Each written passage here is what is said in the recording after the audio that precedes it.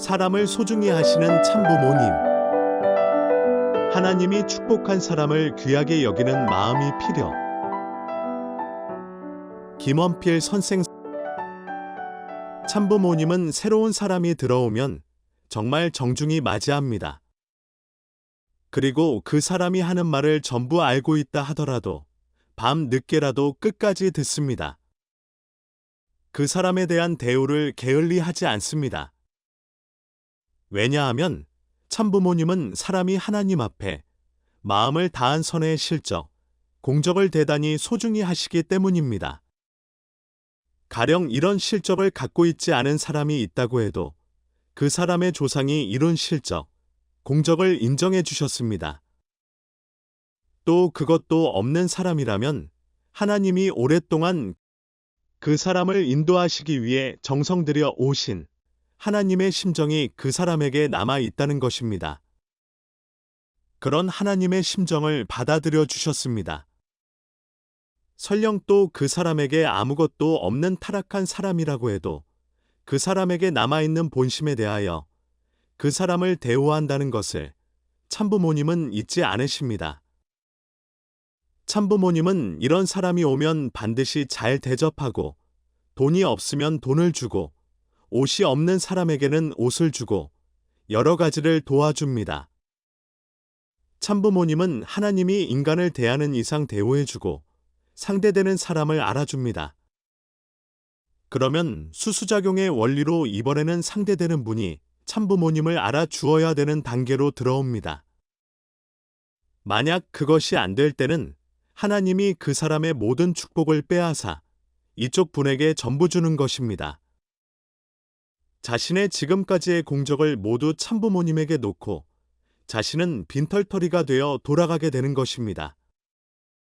성경에 하나님이 없는 사람에게 빼앗아 있는 사람에게 준다는 것은 거기서 기인하는 것입니다. 그런 사람을 통해 하나님은 우리에게 얼마나 통고를 하는지 모릅니다. 우리도 걸리지 않도록 주의해야 됩니다. 여러분도 형제에 대하여서는 참부모님처럼 대하고 가령 상대가 어리다고 해도 그 사람의 입에서 나오는 말을 하나님이 나에게 주는 것이다. 고 신중하게 듣는 겸손한 마음이 필요하다고 생각합니다. 다윗과 사울의 이야기를 압니까? 제1대 왕이었던 사울은 사무엘에게 기름을 부음받아 왕이 된 사람입니다. 그런데 그는 하나님의 말씀을 지키지 않았습니다. 그때 하나님의 마음은 사울로부터 다윗으로 옮겨갔습니다. 다윗은 사울의 부하로 대단히 잘 따랐고 충성을 다한 사람이었습니다. 사울은 하나님의 손이 자신에서 다윗으로 옮겨간 것을 알고 몇 번이나 다윗을 죽이려고 하였습니다. 그래서 다윗은 도망가서 어떤 큰 동굴에 몸을 숨겼습니다. 사울은 더 이상 옛날 자기의 주군이 아니라 지금은 적과 같이 된 것입니다. 그런데 사울은 거기까지 따라와서 잠시 쉬기 위해 그 동굴에 들어왔습니다. 다윗은 조용히 그의 상의 한 귀퉁이를 잘랐습니다. 사울은 알지 못하고 동굴에서 나왔습니다. 그래서 다윗은 뒤에서 왜 나를 따라와 죽이려고 했나 하고 반문했습니다. 그래서 사울은 마음을 바꾸었습니다. 왜냐하면 다윗이 자신을 죽일 수 있는 좋은 기회였는데 반해 자신을 죽이지 않았습니다. 너를 죽이려는 나를 왜 너는 나를 죽이지 않았나? 하나님이 기름을 부어 왕이 된 그분을 어떻게 내가 죽일 수 있겠습니까? 다윗에게 있어서 사울은 자신을 죽이려는 적의 입장이었지만 하나님이 축복한 사람이므로 귀하게 여기는 것입니다. 그러므로 우리도 하나님이 축복한 사람을 귀하게 여기는 마음이 필요합니다. 참부모님은 그런 부족한 우리들마저 대단히 귀하게 생각하시는 것입니다. 지금까지는 상대에 대하여 아무것도 모르고 그냥 평면적으로 보았다고 합시다. 보통 사람이라고 생각했는데 들어보니 이 사람은 왕자라는 것을 알았습니다. 그렇다면 그 다음은 그 사람에 대한 태도가 얼마나 바뀌겠습니까? 일을 잘하는 사람이 있다고 합시다. 그런데 어느 날 그 사람이 죽어가는 사람을 구하기 위해서 자기의 모든 것을 투입하여 고쳐 주었다고 하는 과거가 있다는 것을 알았다고 합시다. 그러면 어떻게 생각하겠습니까?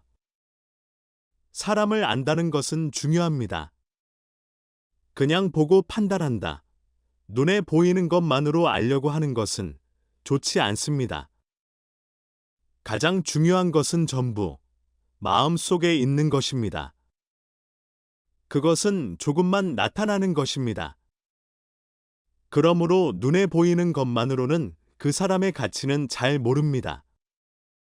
안에 감춰져 있는 것을 알아야 비로소 그 사람의 가치를 확실히 알게 되는 것입니다.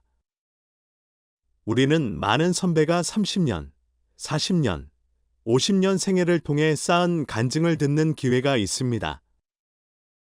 그 사람을 통해 하나님이 어떻게 수고하셨는가, 어떻게 인도하셨는가를 듣는데 그 하나님을 자기 자신의 하나님으로 받아들이는 것이 대단히 중요합니다. 그 사람의 어린 시절부터 지금까지의 이야기를 들으면 자기도 그 사람과 같이 태어나 같이 자라고 지금까지 온 것처럼 친근감을 느끼게 되는 것입니다. 그 사람에 대하여 아무것도 모르고 대하는 것과 느낌이 다릅니다. 그러므로 많은 말을 그 사람의 말로 듣는 것이 아니라 자기 것으로 받아들이기 바랍니다. 그런 사람은 계시를 받은 사람보다 더 중요하다는 것을 알 수 있습니다. 예수님이 죽고 나서 부활하셔서 제자들 앞에 나타났을 때 어떤 사람은 예수님이다, 어떤 사람은 아니다 하였습니다. 그런 가운데도 의심한 사람이 도마였습니다. 그래서 예수님은 도마에게 이르시되 내 손가락을 이리 내밀어 내 손을 보고 내 손을 내밀어 내 옆구리에 넣어보라 그리하고 믿음 없는 자가 되지 말고 믿는 자가 되라 하고 자신의 상처를 보여주셨습니다. 이와 마찬가지로 직접 계시를 받은 사람은 보는 사람과 마찬가지고 남의 이야기를 듣고 믿는 사람은 보지 않고 믿는 사람과 마찬가지입니다. 그러면 계시를 받지 않고도 남의 말을 듣고 그것을 자기에게 계시하는 것이라고 듣는 사람을 하나님이나 누구든 그 사람을 신앙하는 사람으로 볼 것입니다. 구독, 좋아요는 많은 힘이 됩니다. 시청해 주셔서 감사합니다.